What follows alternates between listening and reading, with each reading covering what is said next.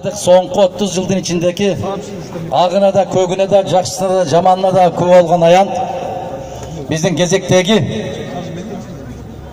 tengsizlikке, gezekteki adiletsizlikке, gezekteki mamlekettin, же болбосо элдин каалоосуна каршы болгон саясаттын натыйжасында жыйналып отурган биздин кезектеги жыйыныбыз болуп отурат ушул жерде.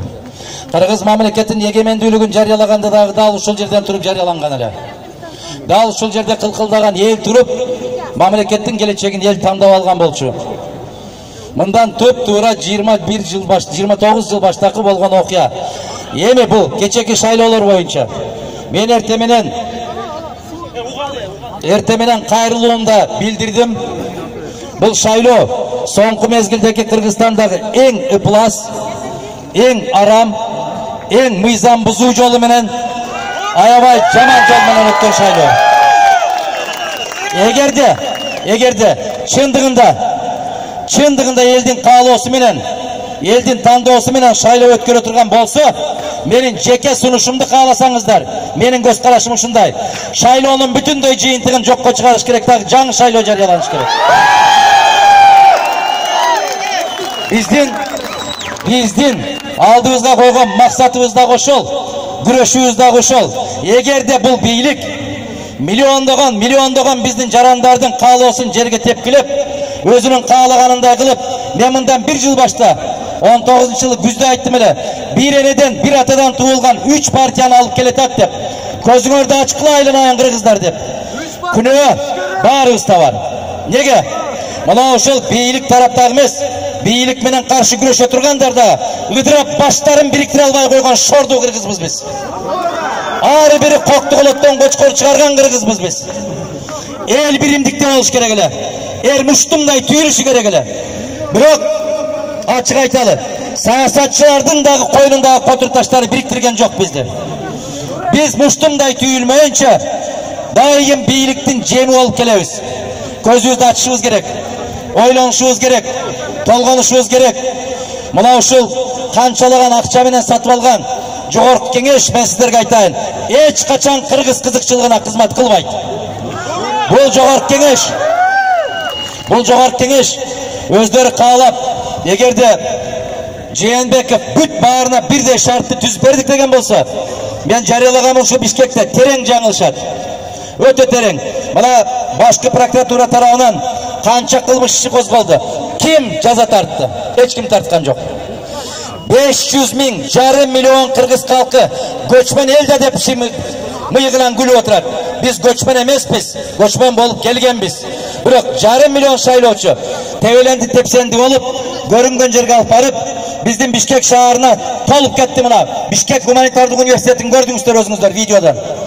Кайдан келген азаматтар ушул жерден добуш беришти. Булардын баарын биз айтып келбедик беле, деп келбедик беле. Ошондуктан биздин бүтүн Кыргызстан саясий партиясынын туруктуу позициясы ушул. Эгерде жогорку кеңештин кечеки өткөн шайлоосун жокко чыгарабыз деген болсо, биз эки колдоп колдойбуз. Эгерде жокко чыгарбай, мына өтө жаман мыйзам бузууларды, сатып алууларды көз жумуп, ошого тийиштүү болгон инсандарды жазалабай турган болсо, анда бул бийликтин мындан ары карай Кыргызстанда бийлик жүргүзүүгө моралдык, конституциялык укугу жок деп тааныйбыз. Биздин позициябыз ушундай. Урматтуу кыргызстандыктар, бишкектиктер, кызычуу калтырбайлы. Биз аябагандай чоң тартиптүүлүктү, ыймандуулукту көрсөтөлү. Биз үчүн мыйзамдуулук, Кыргызстандагы тазалык биринчи кезекте турат. Караңыздар, Москва шаарында 700 миңге жакын кыргыз бар. 700 миң кыргыздын бүтүндөй конституциялык укугу тебеленип, болгону 5 миңге жакын кыргыз кириптир. Бийликтин бутагы эл деген, бийликтин булагы эл деген сезим кайда калды? Бул эмне деген сезим? Эмне үчүн кээ бир азаматтар келип, өздөрүнүн турган жеринен паспортунан таап, өздөрүнүн тизмесин таппай калып атат. Мына өткөн шайлоо арам шайлоо. Бул мыйзамдуу шайлоо эмес. Бул мыйзам, бул шайлоо эмес. Bu Kırgız elinin kaaloosu emes. Oşonduktan mından ары карай кандай чечим кабыл алабыз? Урматтуу кыргызстандыктар. Жай баракат олтуруп, бирок чечкиндүүлүк менен, майтарылбас эркибиз менен, чындыкты көксөгөн көкүрөгүбүз менен, чыдамкайлыкты көрсөтүп, өзүбүздүн адамдык укугубузду кайрадан колубузга кайтарып алганга жетишишибиз керек. Биздин чечим ушул. Жашасын эгемен кыргыз мамлекети, жашасын эч качан чөгөлөбөгөн, эч кимдин көзүн карабаган, бирөөнүн алдында мөлтүрөбөгөн кыргыз эли. Бар болуңуздар. Рахмат.